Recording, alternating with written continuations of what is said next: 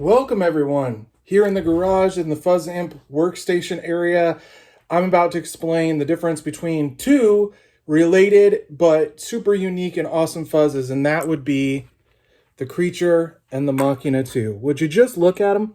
Aren't they wonderful? Now you can tell there's a couple differences right away. This one's bigger, this one has less knobs, and they are based on the same kind of premise. And if you want to skip ahead to some audio demos, I'll have the little chapters thing there at the bottom if you want to skip ahead to just hearing some sounds. But I'm going to explain briefly the backstory, a little bit of the design elements, and some of what sets these two apart. Now, the one thing these both have in common is they are both based off the original Fuzz Imp Machina that came out in June of 2021. So when I did the name change from Fuzz Imp to Fuzz Imp, I wanted a new pedal design, and I actually created what it was the start of this graphic for the Machina here, but it was a 5-knob layout like this. However, that first edition was all completely hand-wired with two existing circuit boards that I had, and it was all off-board wiring. They're crazy looking inside. They were a lot of work because they were all handmade, but the basic layout was like this, except it had two foot switches, and one was for this clang circuit here, and the other was for the rest of the circuit, because what I found is that these two specific circuits chained together, like individually, the right side was noisy or the left side was noisy, but when both were on, some phase thing, some weird thing happened where it was gated and controlled, but it had a lot of high gain, and you got this really nice blend of this gated fuzz sound. And so that's kind of the genesis of that idea.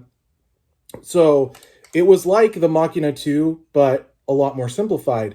So the next one that came in the lineup was the Creature pedal. And this was actually a surprise big hit. And it was a pedal that I was really worried about releasing because all these knobs are super interactive, especially squish, gate, and fuzz. Clang is also really interactive as well, but basically you have two gains and two biases. And so what that means is you're constantly playing this game of balancing between noise and control, right? Because you're adding more distortion, you're taming it, you're adjusting different parameters within the circuits, right? And this is two pedals in one. So the clang is kind of the overdrive circuit that's separated out on the Machina II and the original Machina, which is based off a harmonic percolator. But what I found is that by building it the slightly incorrect way, the way that I build them, I found this sweet overdrive sound. Like it still has a little bit of fuzz and that harmonic, subharmonic low octave that kind of swells in. So when you'll notice when you increase the clang, you'll hear some of those artifacts. But anyway, when the original Machina came out, it did okay. And then I released the Shroot 2. And that was basically all I made for a year. If you've seen the Shroot 2, it's the 5-knob version. It was highly successful and popular. It basically took over the company for a long time.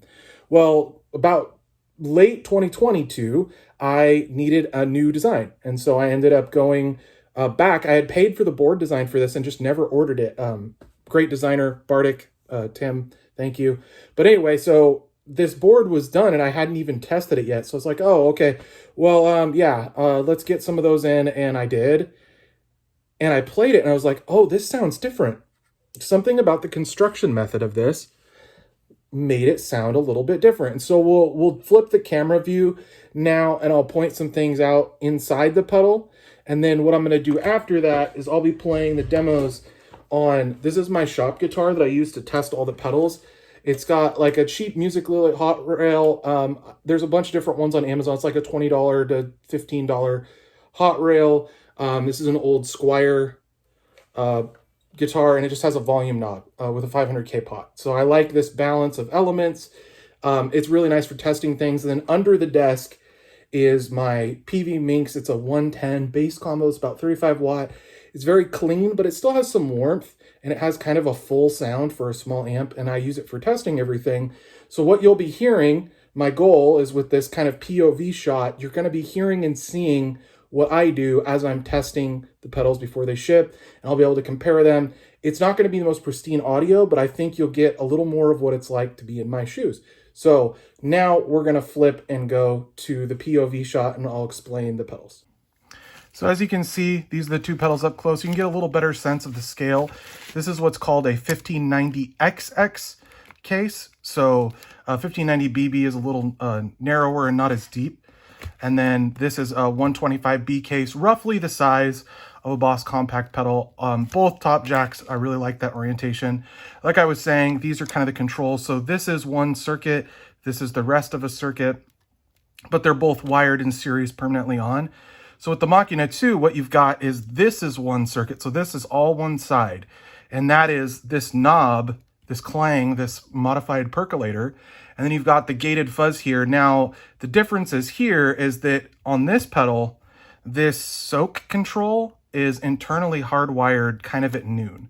So you can kind of emulate it.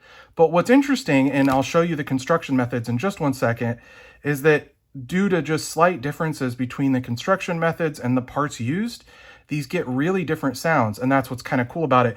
Also, a big differentiator on the Machina II is you've got the silicon and germanium toggles, and I'll explain a little bit about what those are doing here in a second, but for now, know that these are two separate things, and they can be played independently on Machina II. It's one of the reasons why it's kind of the flagship highest-end pedal, and in addition, I'll show here, the construction method. So what we've got here is the creature pedal, and you can see here it says Machina V1 because this is the production Machina board. So you've also got relay switching. That's what this little white guy is here. So it's hardware bypass relay switching. And here it's a soft switch. These are traditional. This is like a more traditional construction, right? So you can see Machina V2.1. Now what these guys are is the germanium transistors that I chose for this build. I have to hand test them one at a time, and not all of them are suited for this. I've also got a bunch of hand-selected silicon transistors that I've been using, and you can see, you know, these are all hand-wired. It's not a ton of components, but just due to the nature of this, that's why this is a more premium pedal, right? And you can see here, like I said, the switching is different. But I love this pedal. I love both of them for different reasons. This is SMT construction, so wave soldered boards that are kind of purchased. They come like this. Obviously, they were really well designed, all designed and engineered in the US, but obviously we buy them made by a pick and place machine. You can see, you know, you've got some components that are different. Just is kind of like vintage versus modern designs, right? Plus and minuses to both. One thing I will say, I do experiment a little bit with Machina 2s, just sourcing all the components and trying to refine the recipe. So not every two are exactly the same. Also, you know, I am consistent with the germanium transistors. I especially have been using a really good supplier right now, and you'll hear as I'm adjusting things, I'll talk about that a little bit. But then these, like the first one, and there's like 600 of these or 700 of these out there, all of them sound exactly the same. And that's really nice when you're talking about, you know, a production pedal that's unit to unit.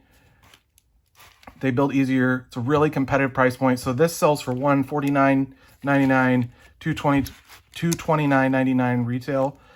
And you can see, like, I build a lot of value in both, right? This is a lot of pedal in both cases. Let's get some cables hooked up and I'll explain some sounds as we play through and you'll hear what I hear. Now for some audio clips. So we've got the Machina II and the Creature hooked up. Like I was saying, it is a little hard to get the angles just right so you can read all the knob labels, so bear with me. Oh, I had it. It is a little tricky to read all the knobs just now. But like I was saying, so this is like the clang chaos side of the Machina II.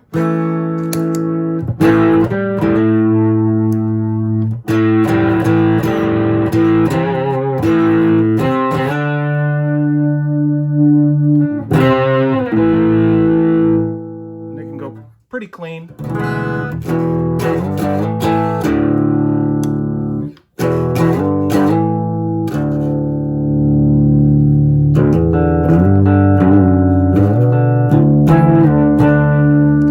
And the fuzz side.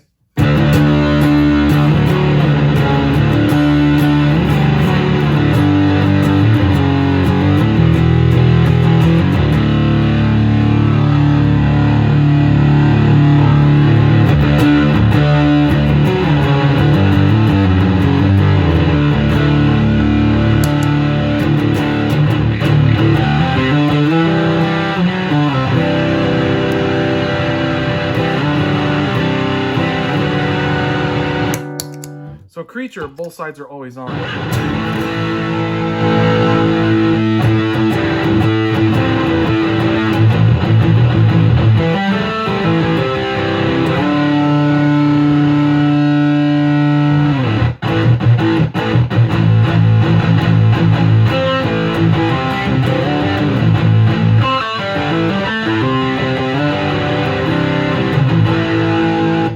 So both really good sounding.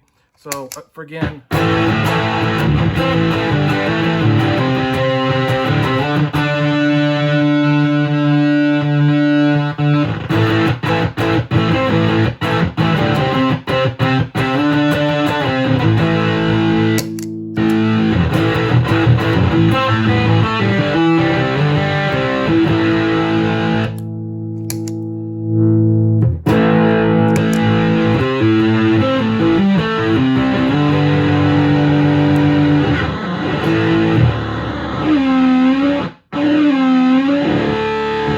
So now is a really good time to talk about, on both these pedals, what can happen as you start to turn down gate and squish and turn up the gain is that it'll start self-oscillating, and it should do it on both.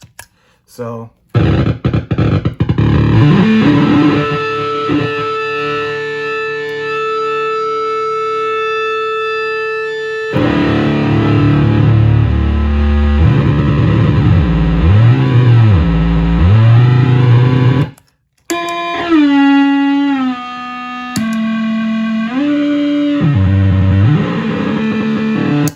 which is a really super cool sound, but it does throw off some players new to kind of more extreme fuzzes. But really, I did design both to be meant to be used as a gated fuzz, although I like the squirrely chaos as well. The secret is just learning how to use the gate and squish controls and know that you can dial back fuzz, clang, like anything that creates gain. So fuzz, clang, and soak on this. What's really cool that Creature doesn't have is you can totally reshape the feel of the fuzz. So like,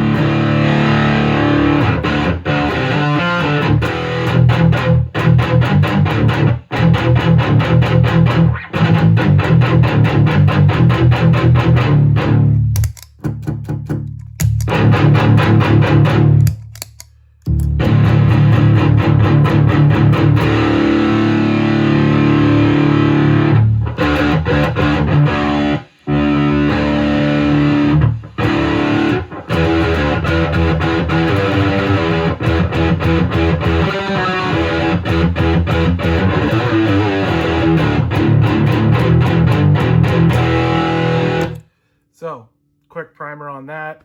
I love how these two sound. They both have their own voices. You can tell they're from the same family of sounds. So my default setting on Machina II is kind of like this. This side is a little quieter, so I usually run this volume, which is push full up, because that's actually how it's hardwired in the creature. That's how I use it. You've got the like cleaner and the more saturated thing. I usually will dime this or back it off depending on if I'm using it independent or both. This really kind of shapes the feel because it's always on. So you get kind of gnarlier, thicker fuzzes through. It kind of tightens up on the low end. All these controls are really fun to experiment. I'm even finding new sounds all the time, and I've been making these for 3 years and variations of them. So definitely worth checking out. Thank you for all your time, and check out fuzzimp.com. Let's talk to you guys later.